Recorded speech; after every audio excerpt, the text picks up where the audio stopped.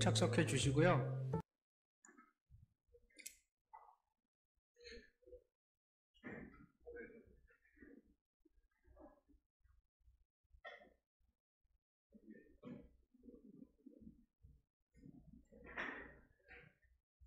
네, 3시 51분인데요. 바로 두 번째 발제 진행하겠습니다. 두 번째 발제는 스포츠 메타버스의 현재와 미래라는 주제로 한국스포츠정책과학원 데이터 분석팀장 겸 선임연구위원 김민수 박사님을 모셨습니다. 큰 박수로 맞아주시기 바랍니다.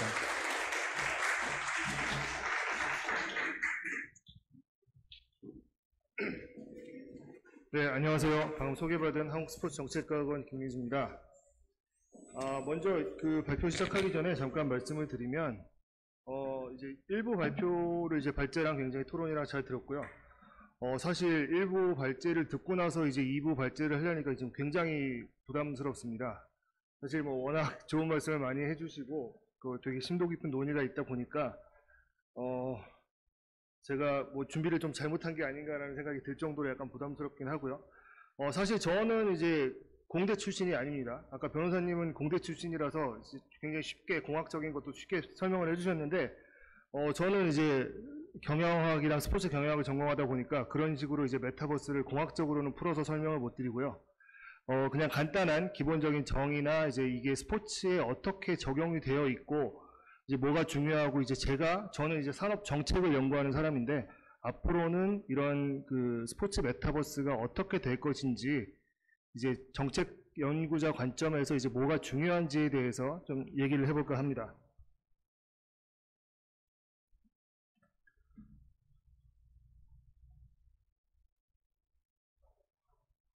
화면이 뭐가 잘못됐는데요.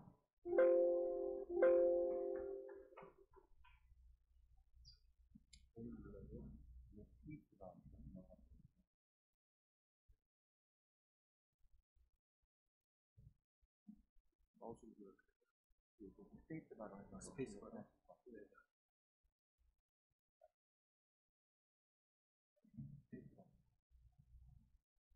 네, 뭐 다 아시는 개념이겠지만, 이제 메타버스라는 거는 뭐 가공 추상을 의미하는 메타, 그리고 현실 세계를 의미하는 유니버스의 합성어입니다.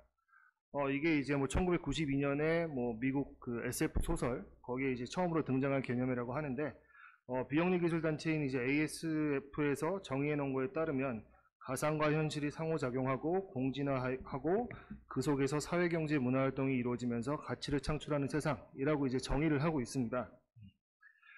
뭐 몇 가지 이제 통계를 보여드릴 건데요. 메타버스 시장 규모를 보시면 2021년이 이제 185.9조 원, 2025년은 596.4조 원, 그리고 이제 2030년에는 1931.7조 원.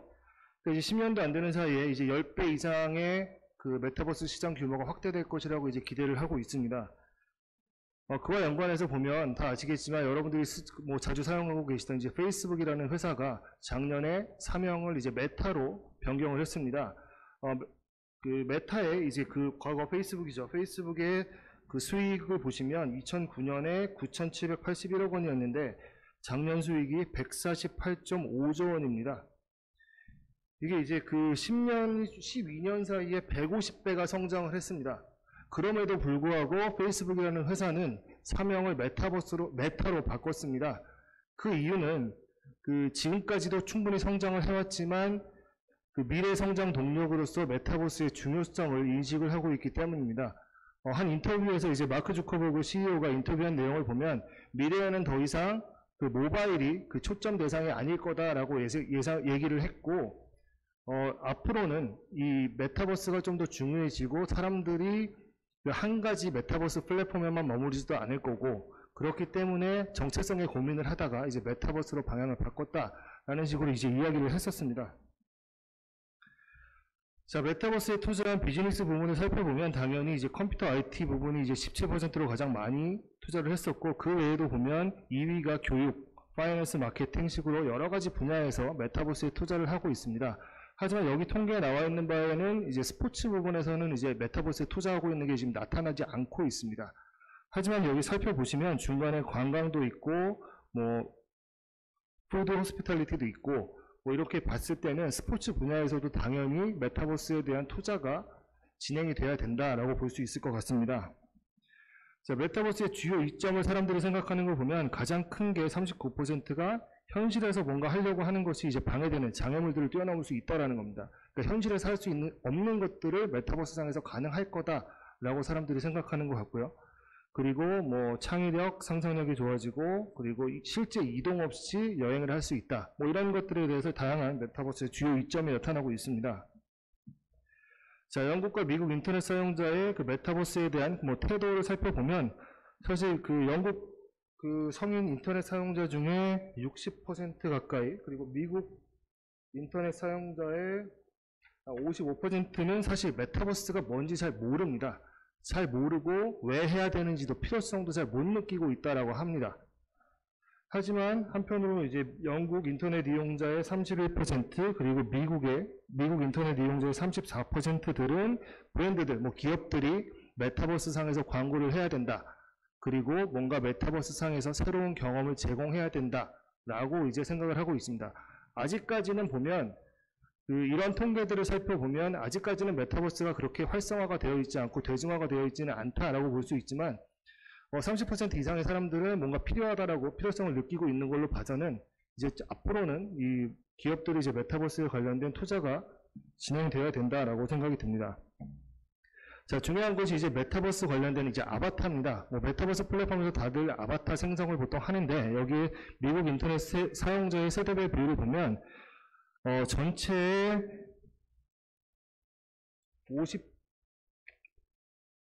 59%는 그 아바타 생성에 전혀 관심이 없습니다. 41%만 관심이 있고 세대별로 살펴보면 그 베이비 부머 세대들, 50대 이상의 세대들은 거의 관심이 없습니다.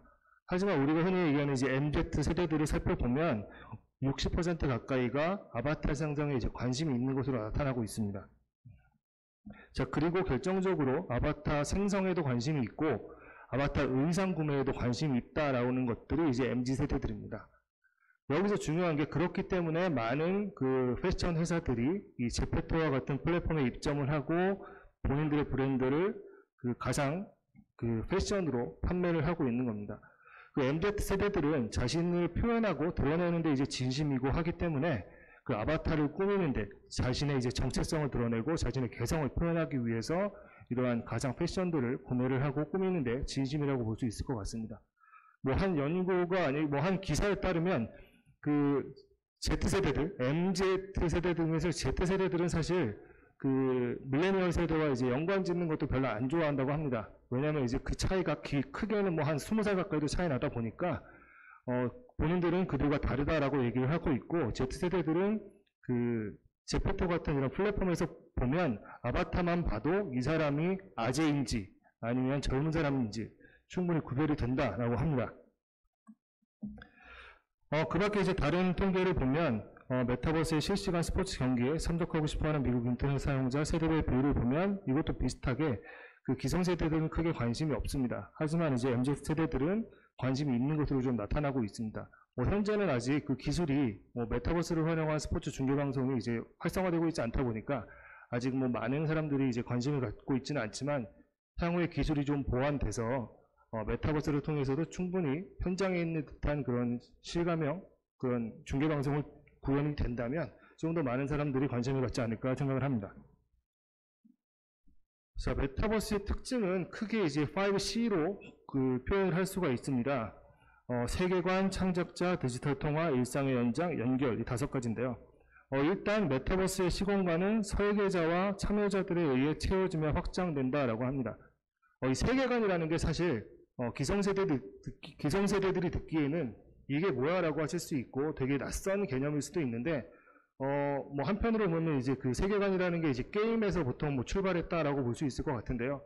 게임을 보시면 예전에는 기성세대들 저도 이제 예전 어렸을 때 봤으면 갤럭시 같은 그런 게임은 단순하게 뭔가 총알을 쏘는 그런 단순한 게임이었지만 요새 나오는 게임들은 스토리가 있습니다. 캐릭터가 있고 캐릭터가 어떻게 탄생됐는지 어떠한 시공간 속에서 태어났고 이러한 캐릭터들이 스토리텔링이 되는 거죠. 그렇기 때문에 이 세계관이라는 게 굉장히 중요하고 요즘 세대들은 이 메타버스 상에서 그 설계자가 설계해 놓은 세계관만을 따라가는 게 아니라 이거를 같이 그 창작을 하고 뭔가를 만들어내고 서로 즐길거리를 찾고 공유를 합니다. 그렇기 때문에 이제 이 메타버스에서 봤을 때 세계관이라는 게 굉장히 중요한 개념이다라고 볼 수 있을 것 같습니다. 자, 두 번째는 이제 창작자입니다. 메타버스 안에서는 이제 누구나 창작자가 될 수 있습니다. 메타버스 플랫폼에서 뭐 다양한 뭐 에디터 기능, 스튜디오 기능 등을 제공하고 있기 때문에 예전에는 뭐 전문적인 뭐 그래픽 기술 아니면은 뭐 IT적인 기술들 그런 것들이 필요했는데 지금은 그런 것들이 플랫폼에서 자연적으로 제공이 되고 있기 때문에 그런 그 특별한 기술적인 뭐 전문적인 지식이 없더라도 아이디어만 있으면 누구나 컨텐츠를 창작할 수 있습니다. 자, 세 번째는 디지털 통화입니다. 메타버스상에서는 뭐 생산과 소비도 가능하고 가치의 저장, 교환을 위한 어떠한 디지털 화폐가 통용이 됩니다. 초창기에는 이게 이제 게임머니 같은 아니면 사이버머니 같이 통용이 됐었지만 지금은 아까 이제 그 첫 번째에서 나왔듯이 이제 NFT와 결합이 되면서 그런 실물 자산 아니면 실물 어떤 상품들과 결합이 되면서 교환이 가능하게 실물 경제와 연결이 되고 있습니다. 네 번째는 일상의 연장입니다. 메타버스는 이제 일상의 연속성이 보장이 되는데요. 우리가 이제 코로나를 겪으면서 많은 회사들이 재택근무를 시행을 했었습니다. 초창기에 이제 재택근무를 시행할 때는 사실 아무 그런 준비가 없는 상태로 집에서 업무를 하다 보니 뭐 단절이 되는 경우가 많았었는데 최근에 이제 화제가 됐던 이제 게더타운이라는 그 메타버스 플랫폼이 있습니다. 이게 이제 오피스 관련된 메타버스인데 많은 회사들이 이제 게더타운과 연계를 해서 재택근무를 실시를 하고 있었습니다. 그래서 그 게더타운이라는 것을 통해서 메타버스로 출근을 하고 그 안에서 업무를 보고 회의를 하고 이렇게 실제로 그리고 최근에는 뭐 다른 플랫폼들은 보면 뭐 게임도 하고 쇼핑도 하고 뭐 관람도 하고 이런 식으로 이용하는 행태가 점점 더 많아지고 있고 현실과 전혀 다르지 않은 세상입니다. 그래서 일상의 연속성이 보장이 되고 있습니다. 마지막으로는 연결입니다. 메타버스는 시공간을 연결을 하고 다른 메타버스의 세계 그리고 사람과 사람, 사람과 아바타 그리고 현실과 가상을 연결을 하고 있습니다. 자, 메타버스의 유형은 뭐 그 발현하고 이제 그 접촉 목적에 따라서 크게 세 가지로 나눠진다고 볼 수 있습니다. 첫 번째는 이제 게임 기반인데요. 모바일, PC, 콘솔용 게임 이런 것들을 시작을 해서 처음에는 목적 자체가 게임이었는데 이게 점점 기능이 발달되면서 뭐 소통, 그리고 모임, 그리고 뭐 쇼핑, 관람 등으로 이제 그 이용 행태가 발전을 한 그런 형태이고 우리가 알고 있는 포트나이트, 마인크래프트, 로블록스 같은 게임들이 있고 오른쪽 위에 나와 있는 모여라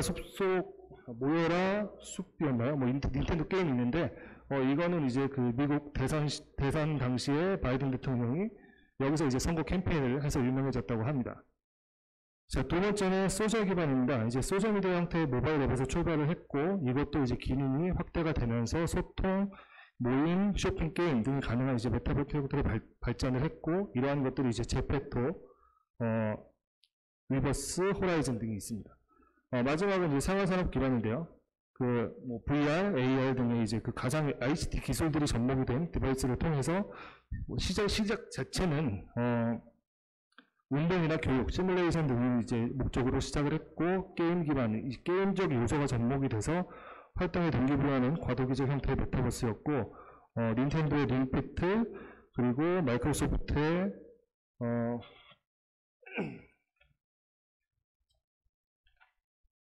저 이름을 까먹었는데요. 마이크로소프트의 홀로렌즈 이런 것들이 있습니다.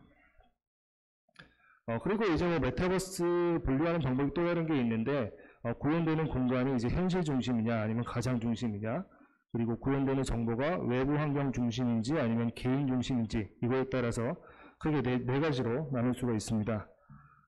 이제 첫 번째는 증강현실입니다. 증강현실은 현실의 외부 환경 정보를 증강하여 제공하는 형태로 우리가 뭐 가장 잘 알고 있는 포켓몬고와 같은 게임으로 보시면 되겠습니다.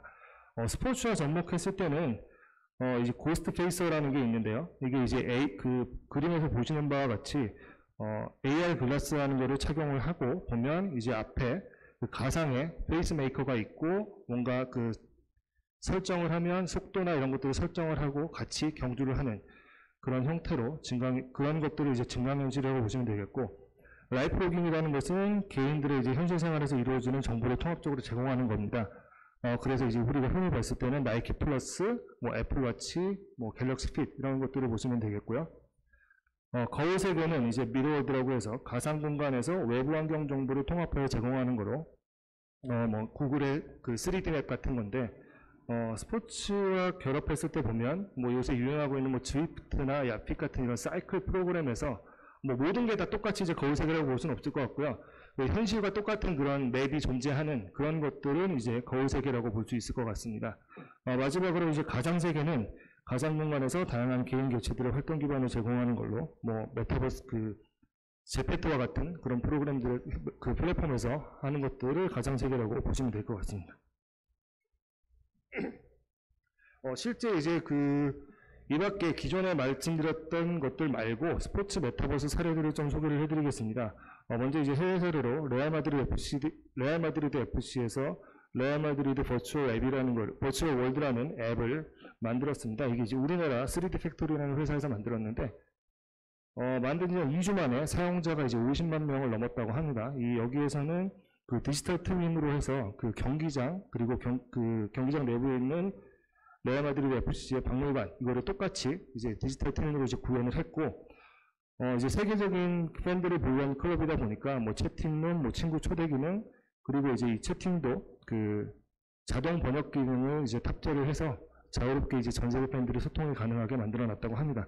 그리고 추가적으로 보면 이제 마켓 플레이스 기능이 있어서 B2B, B2C, C2C까지 그 소비자들 간의 거래까지 가능한 그런 기능을 추가를 했다고 합니다.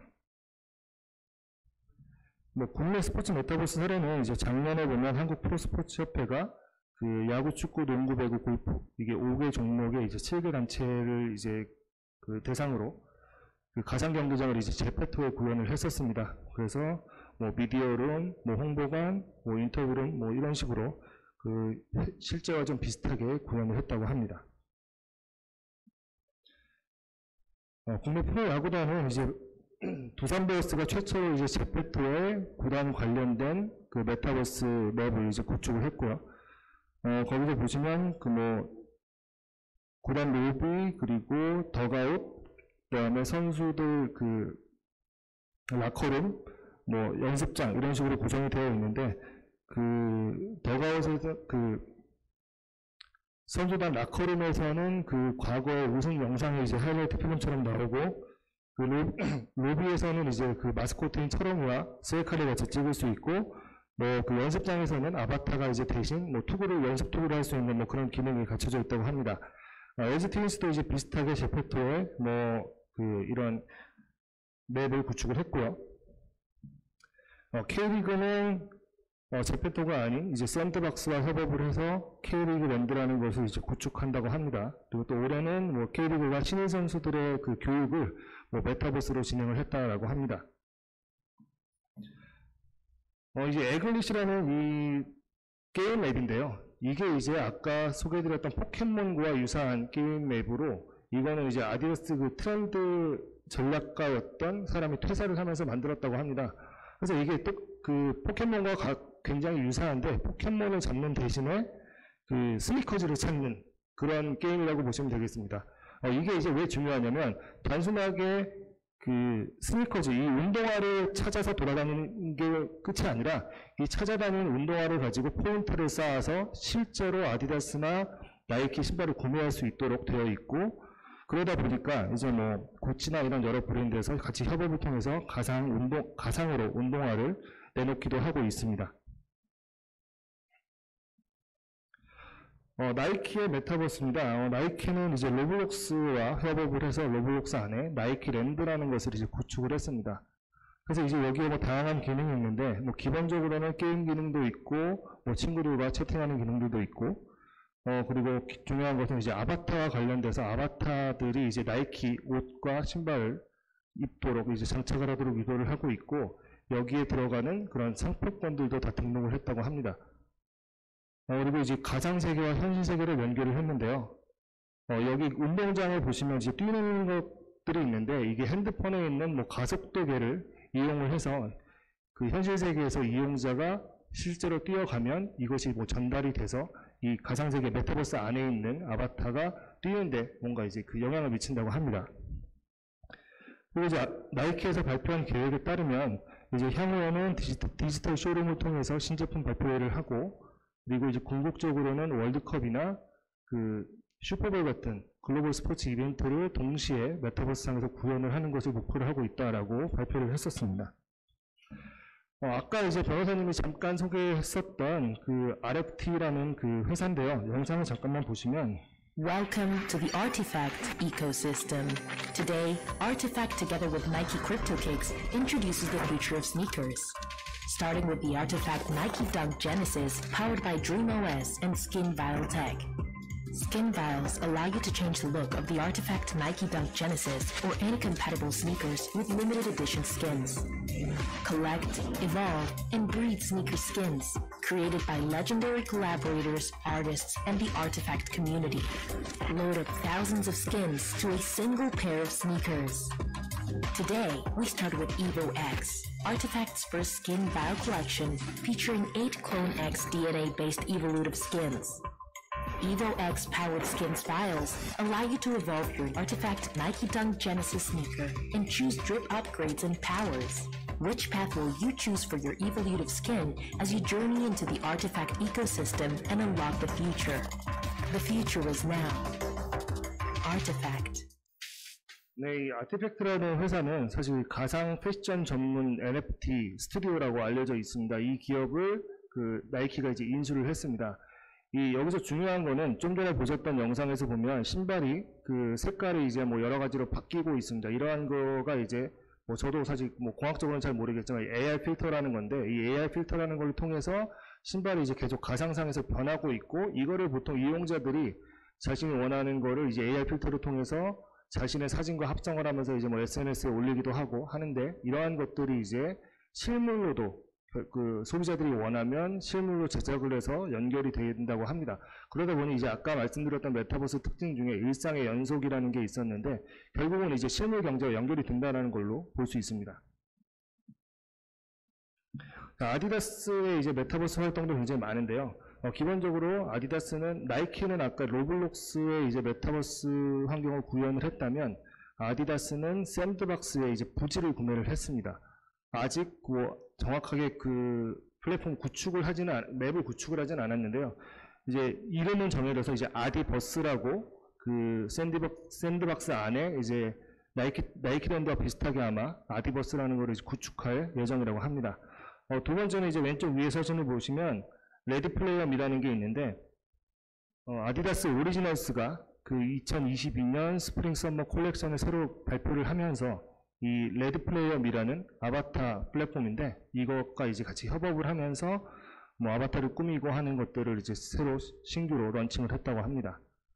그리고 왼쪽 밑에 나와 있는 원숭이가 굉장히 중요한 사진입니다. 이 원숭이가 아까 변호사님께서 잠깐 소개해 주셨는데, BAYC라고 뭐 보드 에이프 요트 클럽이라는 그 유명한 그 NFT 회사가 있는데, 거기가 이제 그 원숭이를 주제로 여러 가지 뭐 그런 NFT를 만들고 있는데, 이 그 파란색 원숭이가 그 BAYC라는 데 이제 그 여러 가지 NFT 중에 8774번의 NFT입니다. 번호가 이제 여러 개가 있는데, 이제 그 중에 그거를 아디다스가 그 구매를 했습니다. 46 이더리움에 구매를 했는데, 그게 이제 그 당시 환율로 따져보면 1억 8천만 원 정도가 된다고 합니다. 그걸로 이제 구매를 하고 위아래를 이제 아디다스로 풀 장착을 시킨 거죠. 그리고 나서 이거를 이제 인디고 호츠라고 그 아디다스의 메타버스 캐릭터를 만든 겁니다. 그게 이제 인디고 호츠고요. 그리고 나서 이제 인투 더 메타버스라는 이름으로 NFT를 3만 개를 만들었습니다. 그리고 380개를 제외한 29,620개를 개당 0.2 이더리움에 판매를 했는데, 순식간에 그 매진이 됐고, 그걸로 얻어진 수익이 이제 275억이라고 합니다. 그리고 이제 그 NFT를 소유한 사람들은 실물로 된 몇 가지 이제 이 인디고치가 입고 있는 그 똑같은 그 트랙 슈츠하고 뭐 비니 그리고 뭐 후드티 같은 것들을 봤는데, 그 후드티에는 또 그 NFT가 연결된 블록체인 번호가 인쇄된 것을 받는다고 합니다. 자, 그리고 이제 오른쪽 밑에를 보시면, 아디다스가 이제 프라다와 협업을 했습니다. 2019년에 프라다와 아디다스가 협업을 해서 한정판 스니커즈를 발매를 했었는데, 순식간에 완판이 됐었고, 그 일환으로 이제 연장선상에서 그 프라다와 다시 협업을 해서 그 친환경 소재, 리나일론이라는 컨셉으로 새로운 컬렉션을 발표를 했는데, 이거를 이제 메타버스상에서 시행을 했다 하고, 이거를 또 이제 그 디지털 아트화 시켜서 NFT로 이제 추가로 나중에 이제 발행을 할 거다라고 합니다. 여러 가지 사례를 소개시켜 드렸는데요. 이제 정책적인 얘기를 해보자면, 국내에서 이제 스포츠 산업계에서 NFT가 아니지 메타버스 관련된 정책 사업들을 보면 크게 이제 세 가지 정도밖에 없습니다. 먼저 이제 한국 스포츠 정책과학원에서 하고 있는 스포츠 메타버스 활성화를 위한 스포츠 아카이브 범용화 플랫폼 구축. 이게 이제 K-스포츠 컨텐츠인 가장 핵심인 태권도를 바탕으로 이제 동작 인식 기반의 그런 메타버스 플랫폼을 구축하는 겁니다. 이게 이제 지금 시작을 하고 있는 단계이고, 이게 이제 향후에 구축이 되면 그 태권도 동작 기반의 이런 아카이빙이 구축이 되고, 향후에는 아마 그 태권도 교육을 위한 교육 플랫폼으로 활용될 거라고 보여지고 있습니다. 두 번째는 이제 제가 찾아본 바로는 대한체육회에서 VR, AR, MR 등 이런 그런 ICT 기술을 활용을 해서 이것도 역시 실감형 스포츠 체험, 그 스포츠 콘텐츠를 즐길 수 있는 플랫폼을 제작을 하고 있는데, 종목이 비보잉, 스포츠 클라운, 그리고 한 종목이 더 있는데 그 한 종목은 제가 확인을 못했습니다. 그리고 마지막으로는 한국 프로스포츠협회가 작년에 이제 제페토의 가상 스포츠 경기장을 구축을 했었고, 그거에 이어서 이제 그 프로스포츠협회 전용 메타버스를 구축하기 위해서 그 메타버스 플랫폼 구축 로드맵 연구를 지금 진행을 하고 있습니다. 이런 걸 봤을 때는 그 기존에 상용화되어 있는 메타버스 플랫폼을 이용한다기보다는 그런 맞춤형 그런 그 신규 메타버스 플랫폼을 개발하고 있는 게 그 체육계 쪽의 그 사업이라고 보시면 될 것 같습니다. 그 밖에 이제 메타버스 관련된 정부 정책이 방향이 어떻게 되는지 좀 살펴보려고 그 110대 국정과제를 이제 살펴봤더니, 이 중에서 이제 메타버스와 관련된 거는 총 110개 국정과제 중에 이제 9개가 나왔는데, 이제 제가 살펴보니까 크게 이제 두 가지 분야밖에 되어 있지 않습니다. 첫 번째는 교육 및 인력 양성, 그리고 두 번째는 기반 조성과 경제 활성화.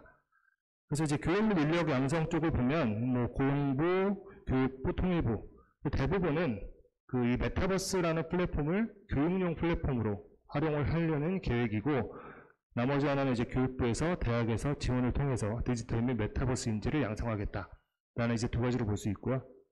그 다음에 이제 기반 조성 및 경제 활성화를 보면 대부분은 이제 R&D, 전후방산업 육성, 그리고 메타버스 실감 콘텐츠 제작 지원, 인력 양성, 그리고 이제 메타버스 특별법 제정, 그리고 이용자 보호 기반 마련, 이런 식으로 기반 조성 및 경제 활성화를 위한 이 두 가지 방향으로 볼 수 있을 것 같습니다. 메타버스 플랫폼이 사실 되게 다양하게 발전을 하고 있다 보니까 이런 그 각종 콘텐츠를 다른 이용자들과 공유하면서 일정한 대가를 지급받는 시스템이 이제 크리에이터 이코노미라는 게 굉장히 중요하게 받아들여지고 있습니다.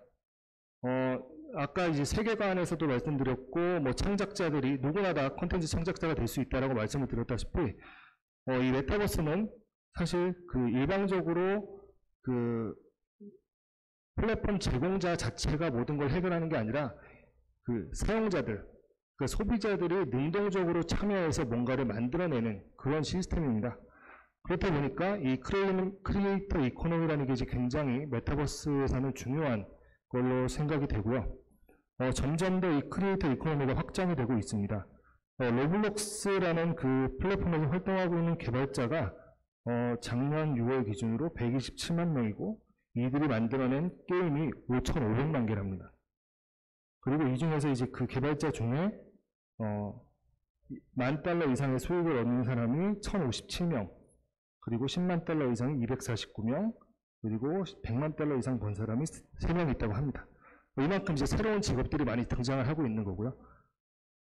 이제 예전에 지금은 이제 메타버스 시대를 이제 우리가 뭐 웹 3.0 시대다라고 얘기를 하고 있는데 그게 이제 기존에는 그 개인이 생산하는 컨텐츠보다는 기업들이 생산하는 컨텐츠들이 그 주였는데 이 주체가 바뀌고 있는 거죠. 컨텐츠를 생산하고 있는 주체가 개인으로 바뀌다 보니까 컨텐츠의 이제 탈중화가 가속화되고 있는 그런 상황인 거고, 이게 이제 아무래도 아까 말씀드렸다시피 플랫폼에서 제공하고 있는 그런 에디터 기능들, 전문적인 지식이 없더라도 누구나 창작자가 될 수 있는 그런 환경 때문에 기본적으로는 그런 뭐 의상 디자인들이 가장 기본적으로 지금 크리에이터 이코노미를 이루고 있고, 그 밖에도 메타버스 웹드라마라는 게 뭐 기성세대들은 잘 모르겠지만 요새 10대들이 좋아하는 웹드라마를 메타버스 형태로 메타버스에서 꾸미는 그런 드라마 작가, PD 이런 것들도 생겨나고 있고요.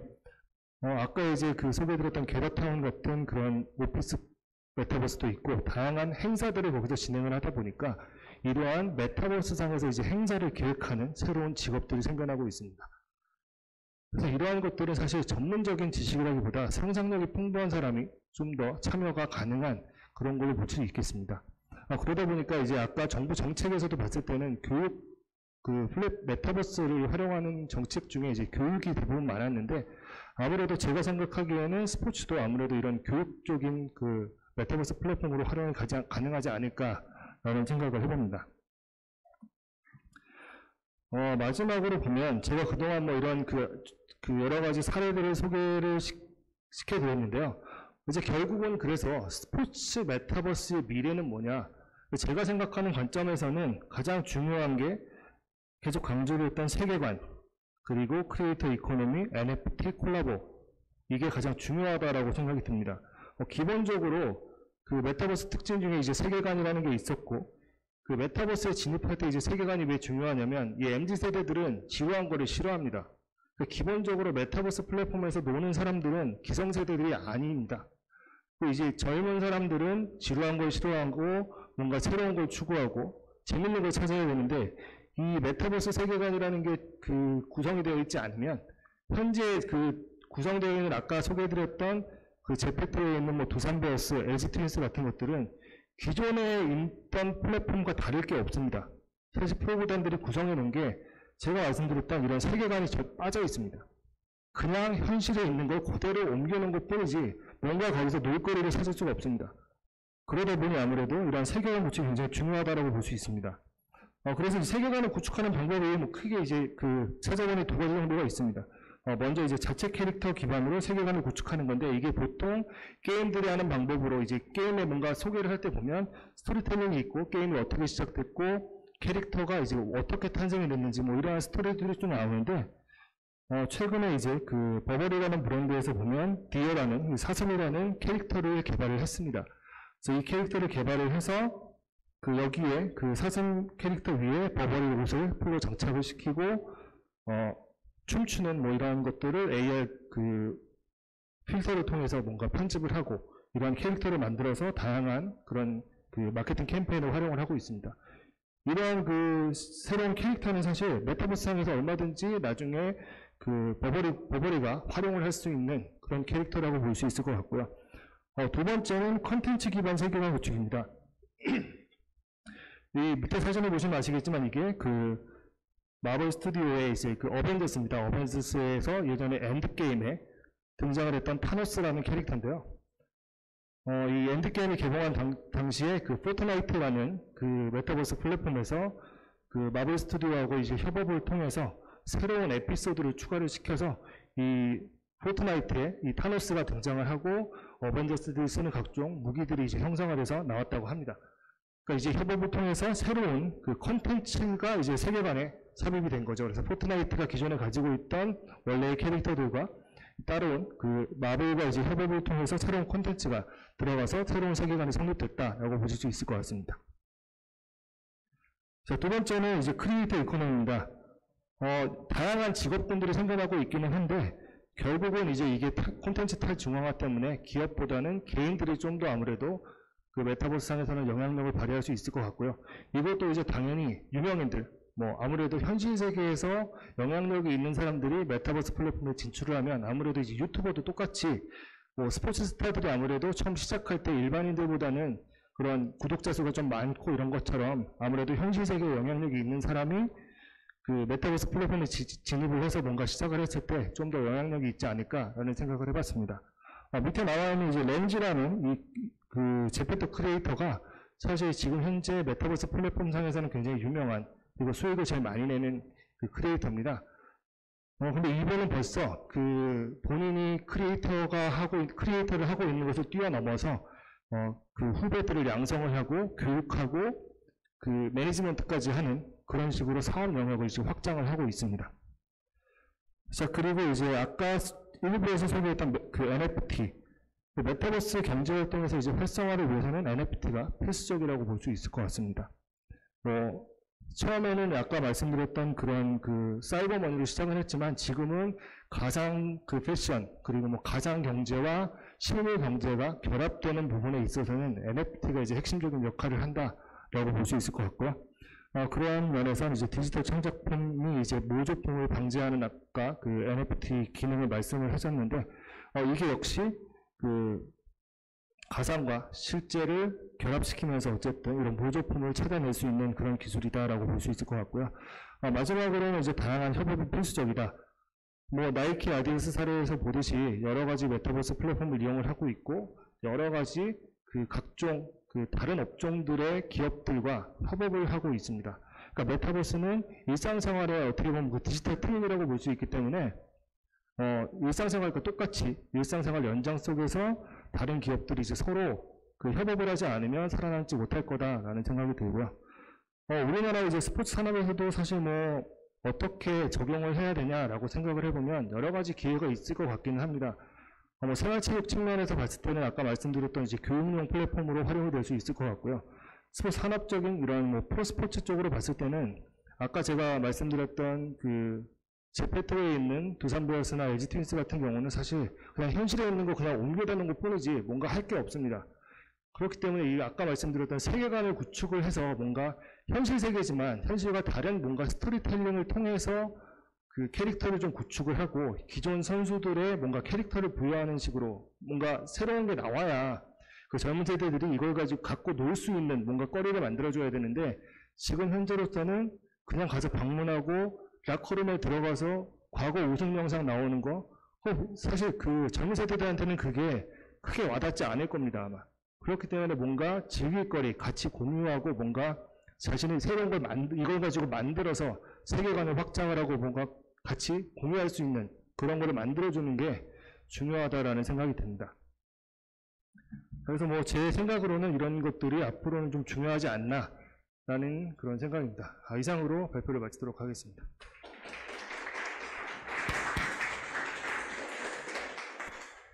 네, 김문수 박사님 발표 너무 잘해 주셨고요. 모두에서 좀 겸손하게 말씀하셨는데 너무 발제 잘 준비해 주셨고 내용도 알찼습니다. 많이 배웠고요.